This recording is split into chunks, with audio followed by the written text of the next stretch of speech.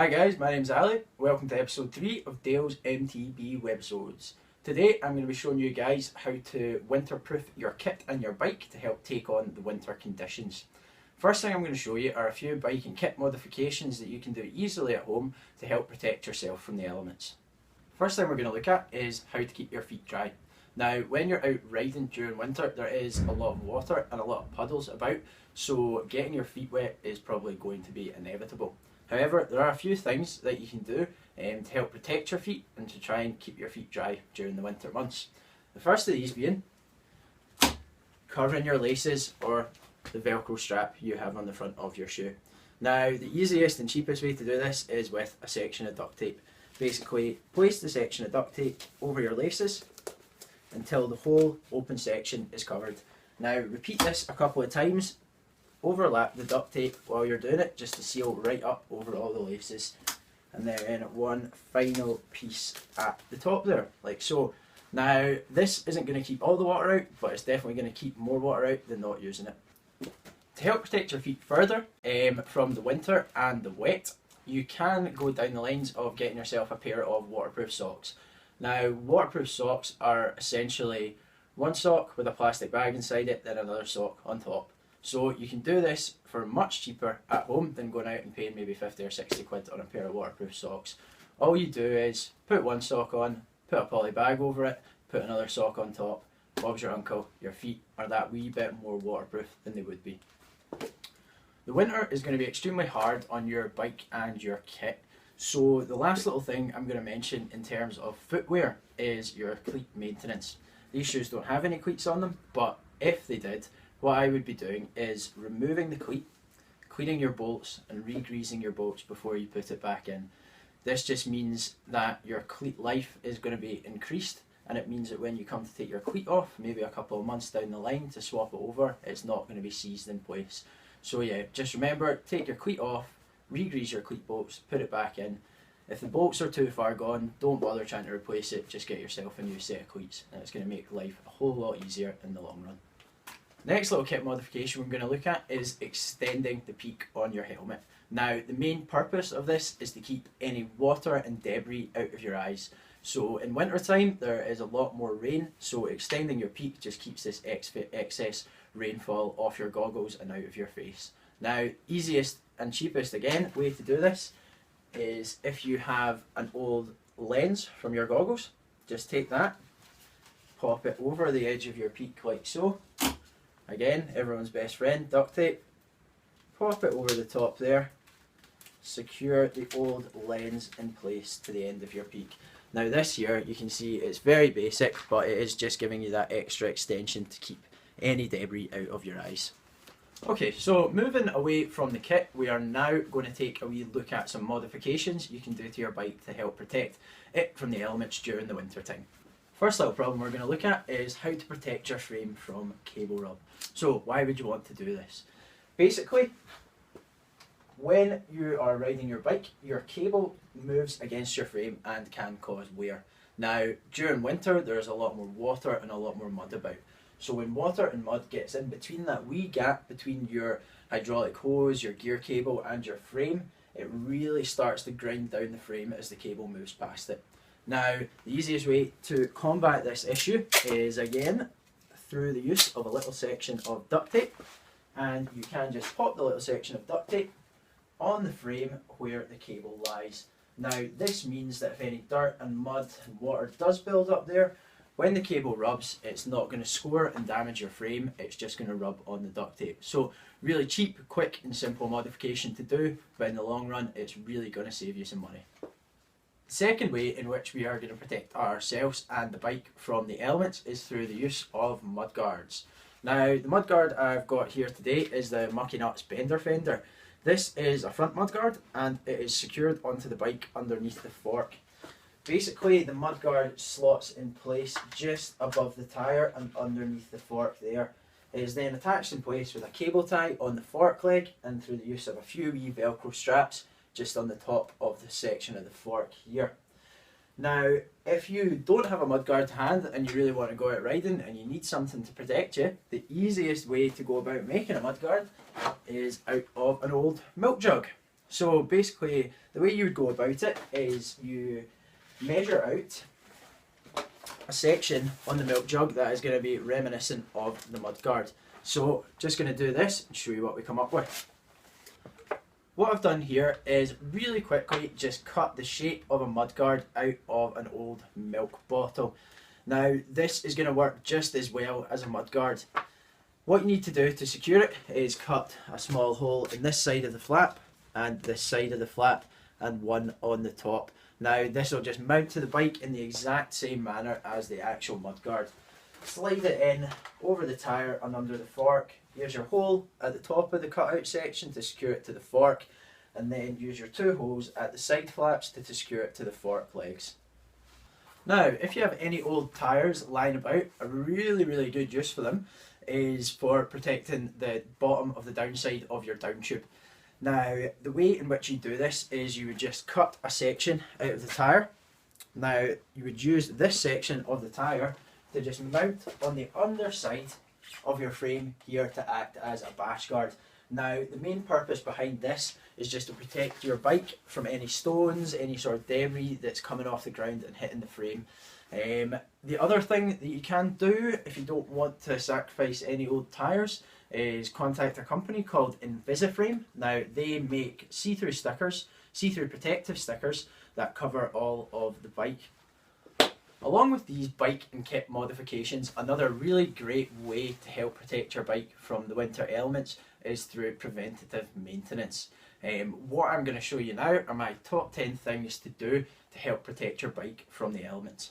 The first piece of preventative winter maintenance that I'm going to talk to you guys about is washing your bike. Now this would seem like a pretty simple thing to do. However, a lot of people when they come back in from a ride can't be bothered for one reason or another and just leave their bike sitting in the garage to build up dirt. Now this is a really bad idea, especially during the winter months, just because you're going to get so much more dirt build up on your frame, on your wheels, within your suspension linkage, and leaving this on the bike really isn't a good idea. As the next time you go out to take the bike, there'll be all these little abrasive particles everywhere, and when your bike goes to flex and move, that is constantly going to wear everything down. So yeah, first thing on the list, always wash your bike after you've been out for a ride. So what we at Dales use to wash the bikes is this little product here called Green Motocross Cleaner Pro GREENMX. Now this is a really good product, better than the Hope Shifter, better than the Muck Off. It really breaks down the dirt on the frame. It can be used on carbon frames, alloy frames with a gloss finish or a matte finish. It's not going to damage the finish on the frame. So the way you would use this, you would hose your bike down first. Now important to mention here that you should not use a pressure washer. This will just blast the dirt and the grime further into the bearings.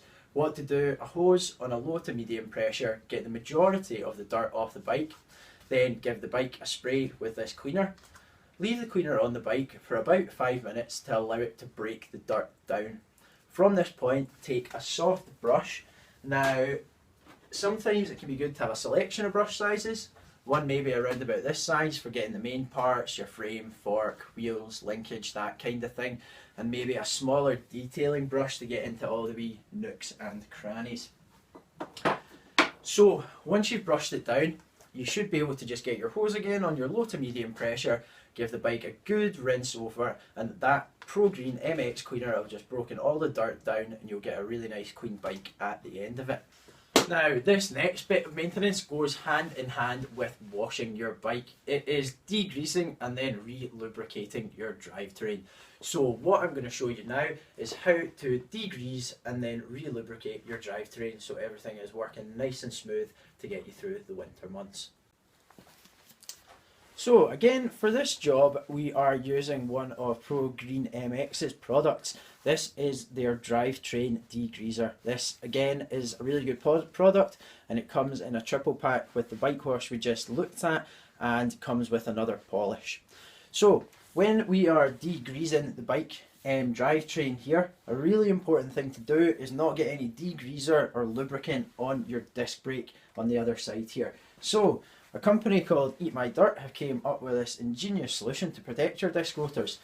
It is effectively a little bit of plastic that clips on behind your cassette, so when you are spraying and cleaning the cassette and mech, no oil or lubricant gets onto your disc brake behind it.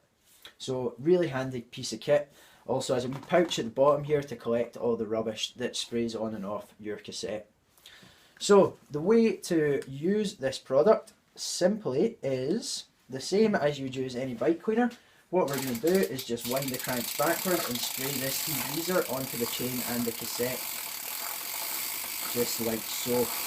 What you want to do once you have covered your cassette and your chain in the degreaser is grab a brush like so, and again slowly turn your cranks backwards and just get all that grease and grime out of your cassette and chain, and allow the degreaser a little bit of time to help break this dirt down. Now, once you've got your drivetrain degreased like so, the next thing that you're going to want to do is use a little bit of GT85 on your cassette, your chain and your mech. Now the main idea behind this is just to drive any excess water out between the chain links, out of the bearings and your jockey wheels, that kind of thing.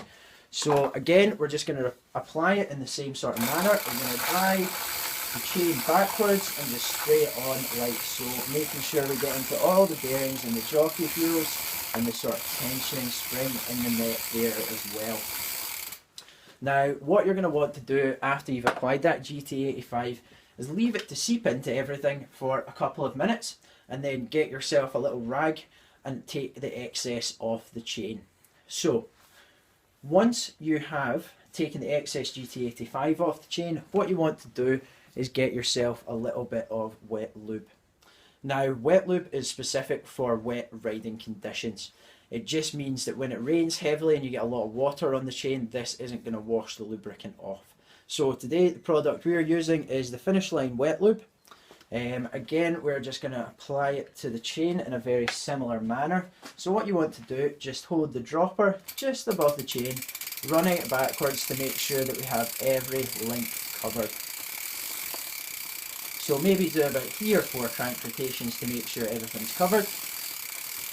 And then again, we're just going to allow it to sink in, then wipe off the excess with a cloth in 5 minutes time or so.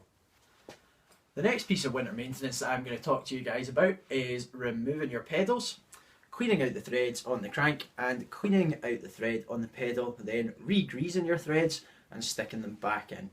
Now, most pedals will either require an 8mm Allen key to remove from the backside or a 15mm pedal spanner. These ones here are the first kind. They require a wee 8mm Allen key on the back side of the pedal, like you can see there, to get them removed. Now, what you want to do is get a rag and wipe around this thread section here to make sure all the grime and dirt is out of it. So the main purpose of this is really to prevent your pedals from seizing in place. So you've got your pedal out, you've got your axle cleaned, you've got your thread all cleaned. What you're going to do, take a little bit of grease.